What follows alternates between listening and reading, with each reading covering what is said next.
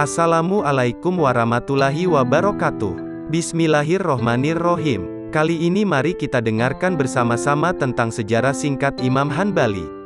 Ia murid paling cendekiawan yang pernah saya jumpai selama di Baghdad. Sikapnya menghadapi sidang pengadilan dan menanggung petaka akibat tekanan Khalifah Abbasiyah selama 15 tahun karena menolak doktrin resmi Mu'tazilah merupakan saksi hidup watak agung dan kegigihan yang mengabdikannya sebagai tokoh besar sepanjang masa.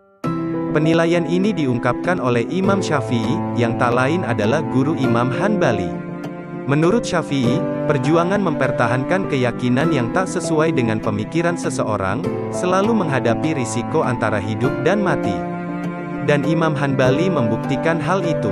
Imam Hanbali yang dikenal ahli dan pakar hadis ini memang sangat memberikan perhatian besar pada ilmu yang satu ini. Kegigihan dan kesungguhannya telah melahirkan banyak ulama dan perawi hadis terkenal semisal Imam Bukhari, Imam Muslim, dan Imam Abu Daud yang tak lain buah didikannya. Karya-karya mereka seperti Sahih Bukhari, Sahih Muslim atau Sunan Abu Daud menjadi kitab hadis standar yang menjadi rujukan umat Islam di seluruh dunia dalam memahami ajaran Islam yang disampaikan Rasulullah SAW lewat hadis-hadisnya. Kepakaran Imam Hanbali dalam ilmu hadis memang tak diragukan lagi sehingga mengundang banyak tokoh ulama berguru kepadanya. Menurut putra sulungnya, Abdullah bin Ahmad, Imam Hanbali hafal hingga 700.000 hadis di luar kepala. Hadis sejumlah itu, diseleksi secara ketat dan ditulisnya kembali dalam kitab karyanya Al-Musnad.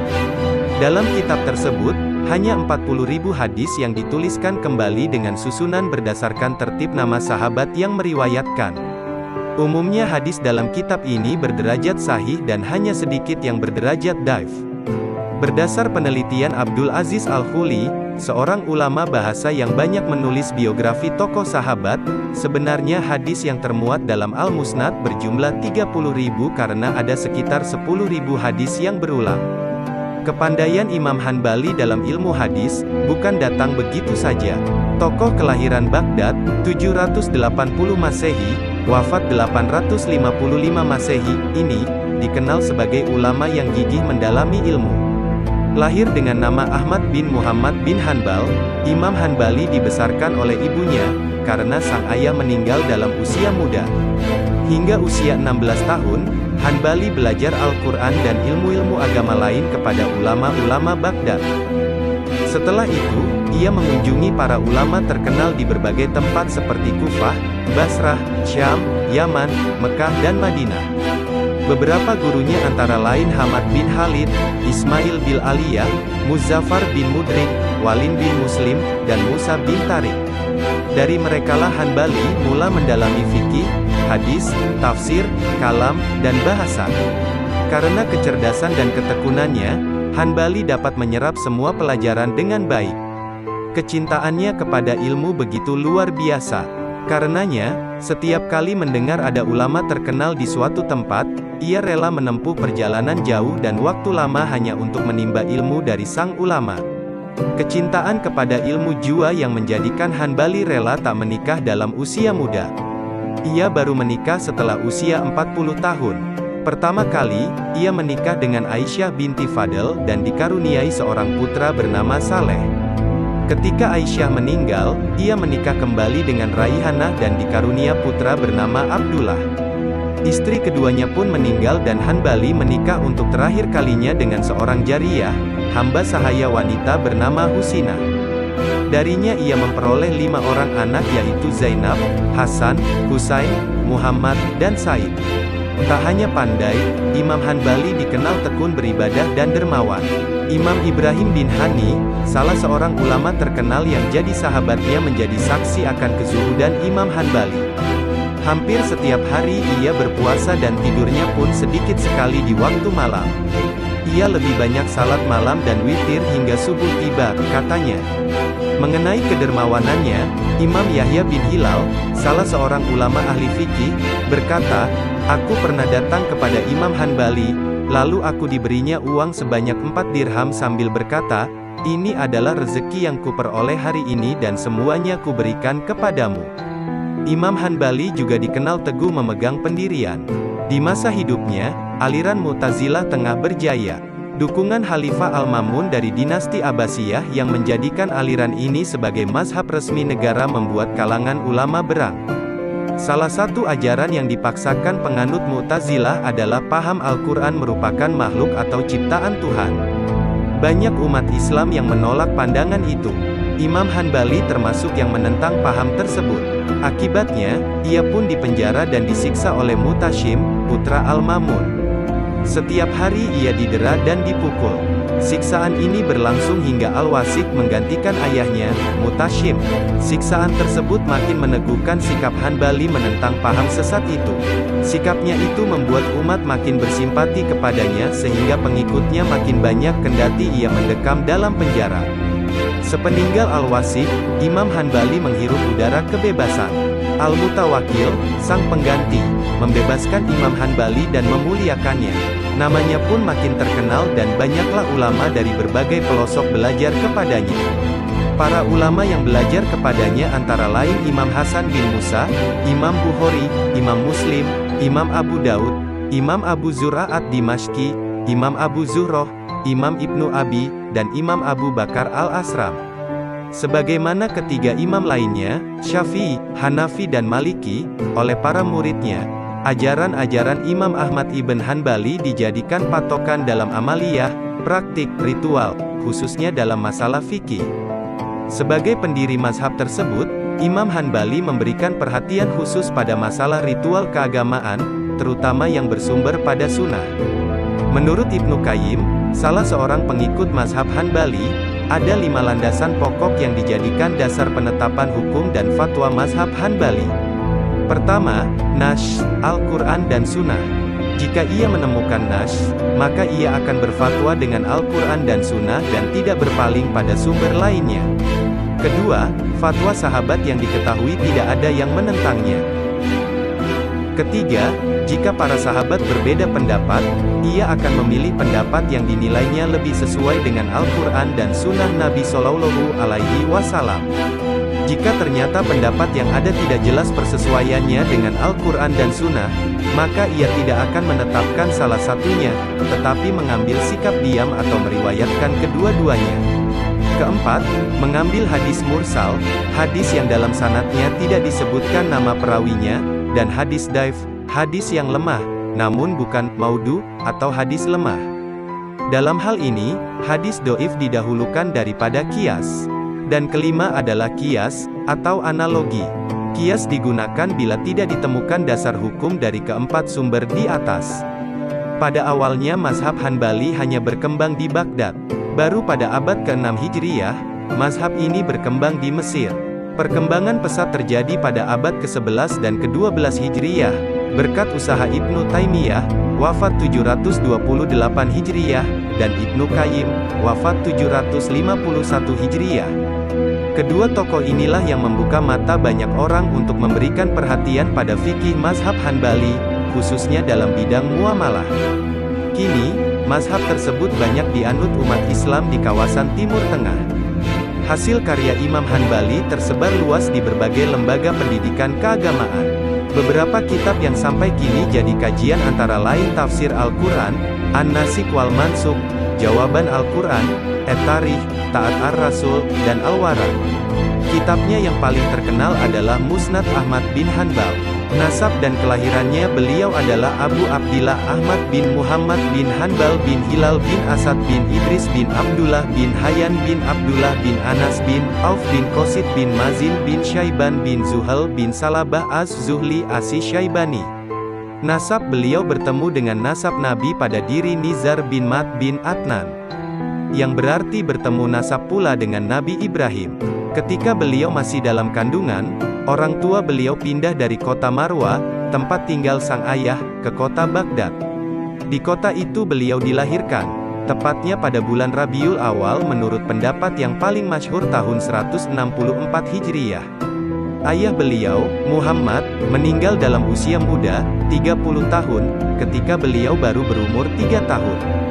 Kakek beliau, Hanbal, berpindah ke wilayah Khurasan dan menjadi wali kota Sarhas pada masa pemerintahan Bani Umayyah, Kemudian bergabung ke dalam barisan pendukung Bani Abbasiyah dan karenanya ikut merasakan penyiksaan dari Bani Umayyah. Disebutkan bahwa dia dahulunya adalah seorang panglima. Masa menuntut ilmu Imam Ahmad tumbuh dewasa sebagai seorang anak yatim. Ibunya, Safiyah binti Maimunah binti Abdul Malik As-Syaibani, berperan penuh dalam mendidik dan membesarkan beliau. Untungnya, sang ayah meninggalkan untuk mereka 2 buah rumah di kota Baghdad. Yang sebuah mereka tempati sendiri, sedangkan yang sebuah lagi mereka sewakan dengan harga yang sangat murah. Dalam hal ini, keadaan beliau sama dengan keadaan syaikhnya, Imam Syafi'i, yang yatim dan miskin, tetapi tetap mempunyai semangat yang tinggi. Keduanya juga memiliki ibu yang mampu mengantar mereka kepada kemajuan dan kemuliaan. Beliau mendapatkan pendidikannya yang pertama di kota Baghdad. Saat itu, kota Baghdad telah menjadi pusat peradaban dunia Islam, yang penuh dengan manusia yang berbeda asalnya dan beragam kebudayaannya, serta penuh dengan beragam jenis ilmu pengetahuan. Di sana tinggal para qori, ahli hadis, para sufi, ahli bahasa, filosof, dan sebagainya.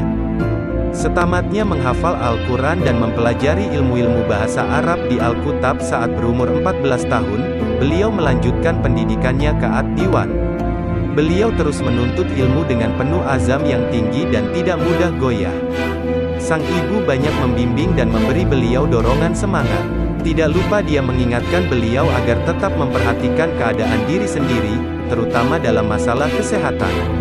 Tentang hal itu beliau pernah bercerita, terkadang aku ingin segera pergi pagi-pagi sekali mengambil periwayatan, hadis, tetapi ibu segera mengambil pakaianku dan berkata, bersabarlah dulu.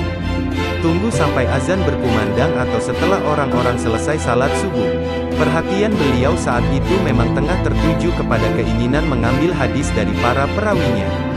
Beliau mengatakan bahwa orang pertama yang darinya beliau mengambil hadis adalah Al-Qadi Abu Yusuf, murid rekan Imam Abu Hanifah. Imam Ahmad tertarik untuk menulis hadis pada tahun 179 saat berumur 16 tahun. Beliau terus berada di kota Baghdad mengambil hadis dari syaikh-syaikh hadis kota itu hingga tahun 186.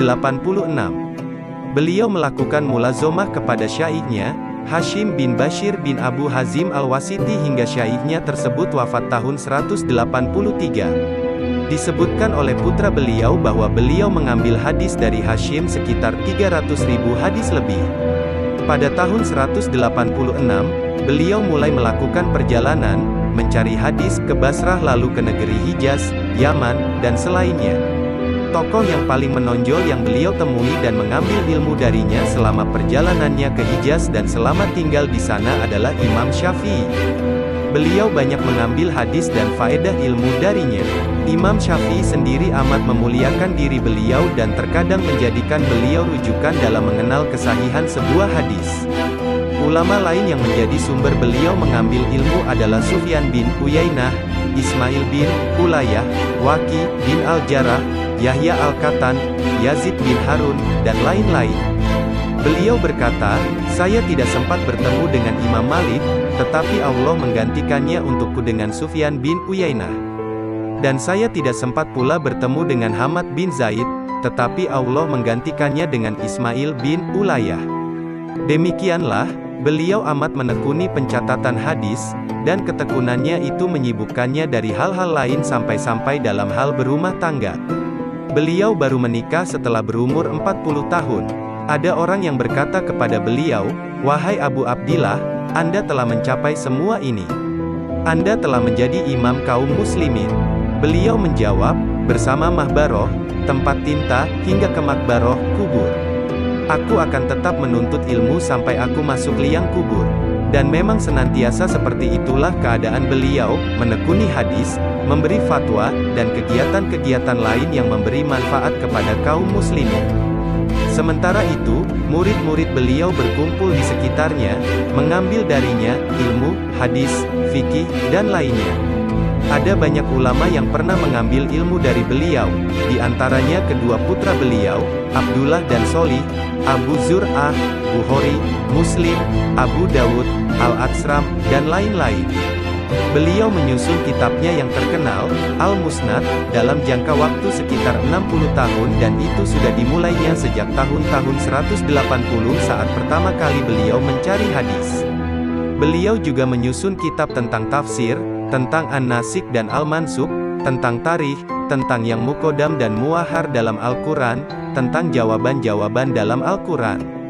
Beliau juga menyusun kitab Al-Manasik As-Sagir dan Al-Kabir, kitab Az-Zuhud, kitab Ar-Red ala Al-Jahmiyah wa Az-Zindikah, bantahan kepada Jahmiyah dan Zindikah, kitab As-Salah, kitab As-Sunnah, kitab Al-Wara wa Al-Iman, kitab Al-Ilal wa Ar-Rijal, kitab Al-Asribah, 1 juz tentang Usyul As-Sittah, Fathail Es-Sahabah. Pujian dan penghormatan ulama lain kepadanya. Imam Syafi'i pernah mengusulkan kepada Khalifah Harun ar-Rasyid, pada hari-hari akhir hidup khalifah tersebut, agar mengangkat Imam Ahmad menjadi kadi di Yaman, tetapi Imam Ahmad menolaknya dan berkata kepada Imam Syafi'i, "Saya datang kepada Anda untuk mengambil ilmu dari Anda, tetapi Anda malah menyuruh saya menjadi kadi untuk mereka." Setelah itu pada tahun 195, Imam Syafi'i mengusulkan hal yang sama kepada Khalifah Al-Amin, tetapi lagi-lagi Imam Ahmad menolaknya. Suatu hari, Imam Syafi'i masuk menemui Imam Ahmad dan berkata, "Engkau lebih tahu tentang hadis dan perawi-perawinya. Jika ada hadis sahih, yang engkau tahu, maka beritahulah aku. Insya Allah, jika perawinya, dari Kufah atau Syam, aku akan pergi mendatanginya jika memang sahih." Ini menunjukkan kesempurnaan agama dan akal Imam Syafi'i karena mau mengembalikan ilmu kepada ahlinya.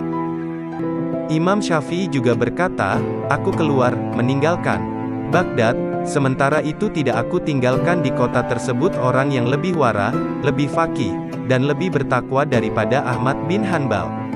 Abdul Wahab Al-Warraq berkata, "Aku tidak pernah melihat orang yang seperti Ahmad bin Hanbal." Orang-orang bertanya kepadanya, "Dalam hal apakah dari ilmu dan keutamaannya yang engkau pandang dia melebihi yang lain?" Al-Warraq menjawab, "Dia seorang yang jika ditanya tentang 60.000 masalah, dia akan menjawabnya dengan berkata, 'Telah dikabarkan kepada kami,' atau 'Telah disampaikan hadis kepada kami.'" Ahmad bin Syaiban berkata, "Aku tidak pernah melihat Yazid bin Harun memberi penghormatan kepada seseorang yang lebih besar daripada kepada Ahmad bin Hanbal. Dia akan mendudukan beliau di sisinya jika menyampaikan hadis kepada kami. Dia sangat menghormati beliau, tidak mau berkelakar dengannya." Demikianlah, padahal seperti diketahui bahwa Harun bin Yazid adalah salah seorang guru beliau dan terkenal sebagai salah seorang imam hufaz. Keteguhan di masa penuh cobaan telah menjadi keniscayaan bahwa kehidupan seorang mukmin tidak akan lepas dari ujian dan cobaan, terlebih lagi seorang alim yang berjalan di atas jejak para nabi dan rasul. Dan Imam Ahmad termasuk di antaranya. Beliau mendapatkan cobaan dari 3 orang khalifah Bani Abbasiyah selama rentang waktu 16 tahun.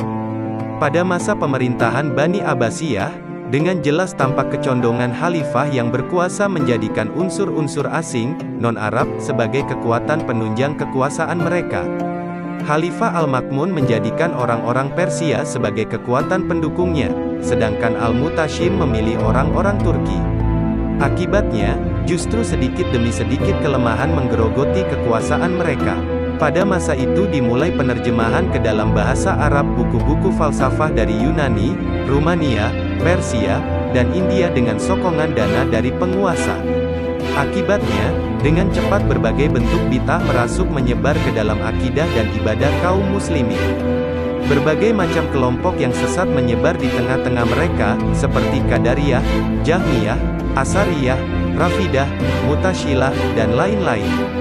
Kelompok Mutasyilah, secara khusus, mendapat sokongan dari penguasa, terutama dari Khalifah Al-Ma'mun. Mereka, di bawah pimpinan Ibnu Abi Duat, mampu mempengaruhi Al-Ma'mun untuk membenarkan dan menyebarkan pendapat-pendapat mereka, di antaranya pendapat yang mengingkari sifat-sifat Allah, termasuk sifat kalam, berbicara. Berangkat dari pengingkaran itulah, pada tahun 212, Khalifah Al-Ma'mun kemudian memaksa kaum muslimin, khususnya ulama mereka, untuk meyakini kemakhlukan Al-Quran. Sebenarnya Harun ar-Rasyid, Khalifah sebelum Al-Ma'mun, telah menindak tegas pendapat tentang kemakhlukan Al-Quran. Selama hidupnya, Tidak ada seorang pun yang berani menyatakan pendapat itu sebagaimana dikisahkan oleh Muhammad bin Nuh. Aku pernah mendengar Harun ar-Rasyid berkata, telah sampai berita kepadaku bahwa Bishr al-Muraisi mengatakan bahwa Al-Quran itu makhluk. Merupakan kewajibanku, jika Allah menguasakan orang itu kepadaku, niscaya akan aku hukum bunuh dia dengan cara yang tidak pernah dilakukan oleh seorang pun.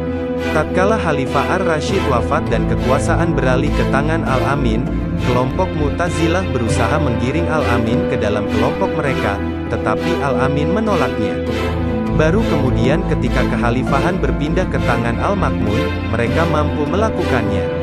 Untuk memaksa kaum muslimin menerima pendapat kemakhlukan Al-Quran, Al-Ma'mun sampai mengadakan ujian kepada mereka. Selama masa pengujian tersebut, tidak terhitung orang yang telah dipenjara, disiksa, dan bahkan dibunuhnya.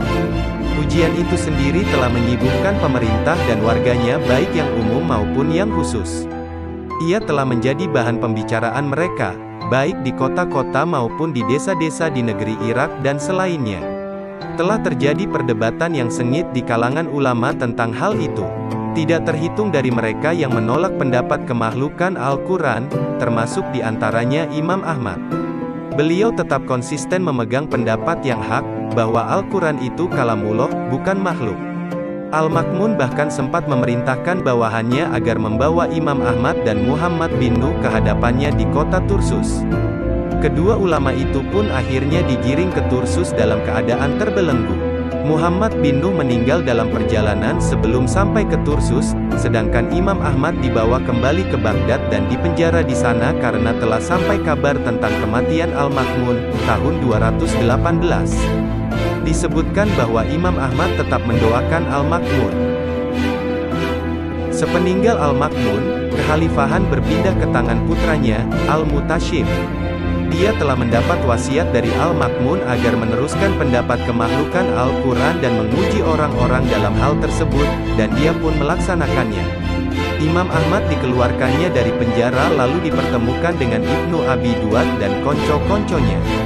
Mereka mendebat beliau tentang kemakhlukan Al-Quran, tetapi beliau mampu membantahnya dengan bantahan yang tidak dapat mereka bantah.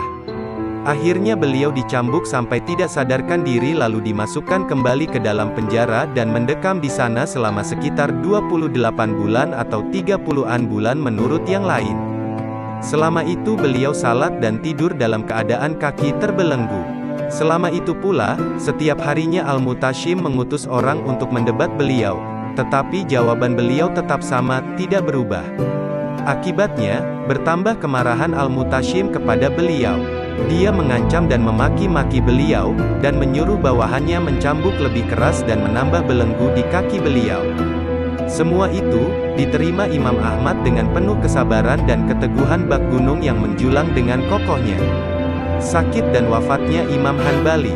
Pada akhirnya, beliau dibebaskan dari penjara. Beliau dikembalikan ke rumah dalam keadaan tidak mampu berjalan. Setelah luka-lukanya sembuh dan badannya telah kuat, beliau kembali menyampaikan pelajaran-pelajarannya di masjid sampai Al-Mutashim wafat. Selanjutnya, Al-Watsik diangkat menjadi khalifah. Tidak berbeda dengan ayahnya, Al-Mutashim, Al-Watsik pun melanjutkan ujian yang dilakukan ayah dan kakeknya. Dia pun masih menjalin kedekatan dengan Ibnu Abi Duad dan konco-konconya. Akibatnya, penduduk Baghdad merasakan cobaan yang kian keras. Al-Watsik melarang Imam Ahmad keluar berkumpul bersama orang-orang. Akhirnya, Imam Ahmad bersembunyi di rumahnya, tidak keluar darinya bahkan untuk keluar mengajar atau menghadiri salat jamaah. Dan itu dijalaninya selama kurang lebih 5 tahun, yaitu sampai Al-Watsik meninggal tahun 232. Sesudah Al-Watsik wafat, Al-Mutawakkil naik menggantikannya. Selama 2 tahun masa pemerintahannya, ujian tentang kemakhlukan Al-Quran masih dilangsungkan. Kemudian pada tahun 234, dia menghentikan ujian tersebut. Dia mengumumkan ke seluruh wilayah kerajaannya larangan atas pendapat tentang kemakhlukan Al-Quran dan ancaman hukuman mati bagi yang melibatkan diri dalam hal itu. Dia juga memerintahkan kepada para ahli hadis untuk menyampaikan hadis-hadis tentang sifat-sifat Allah. Maka demikianlah, orang-orang pun bergembira dengan adanya pengumuman itu. Mereka memuji-muji khalifah atas keputusannya itu dan melupakan kejelekan-kejelekannya. Di mana-mana terdengar doa untuknya dan namanya disebut-sebut bersama nama Abu Bakar, Umar bin Al-Khattab, dan Umar bin Abdul Aziz. Menjelang wafatnya, beliau jatuh sakit selama 9 hari. Mendengar sakitnya, orang-orang pun berdatangan ingin menjenguknya. Mereka berdesak-desakan di depan pintu rumahnya, sampai-sampai Sultan menempatkan orang untuk berjaga di depan pintu. Akhirnya, pada permulaan hari Jumat tanggal 12 Rabiul Awal tahun 241, beliau menghadap kepada Rabb-Nya menjemput ajal yang telah ditentukan kepadanya. Kaum muslimin bersedih dengan kepergian beliau. Tak sedikit mereka yang turut mengantar jenazah beliau sampai beratusan ribu orang. Ada yang mengatakan 700.000 orang, ada pula yang mengatakan 800.000 orang, bahkan ada yang mengatakan sampai 1 juta lebih orang yang menghadirinya. Semuanya menunjukkan bahwa sangat banyaknya mereka yang hadir pada saat itu demi menunjukkan penghormatan dan kecintaan mereka kepada beliau. Beliau pernah berkata ketika masih sehat, "Katakan kepada ahlu bid'ah bahwa perbedaan antara kami dan kalian adalah tampak pada hari kematian kami."